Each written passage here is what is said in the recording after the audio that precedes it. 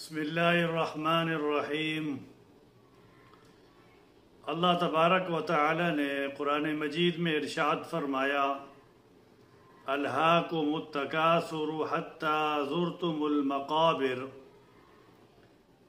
कि हलाक कर दिया तुमको माल की कसरत ने यहाँ तक कि तुम कब्रों को पहुँच गए, यानी कब्रों की ज़ियारत कर ली।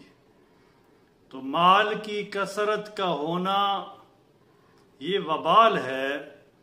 अल्लाह तबारक व तआला से माल की कसरत नहीं मांगनी चाहिए, बरकत मांगनी चाहिए, इसलिए कि ज़्यादा माल होना ये वबाल है और बरकत का होना ये असल है।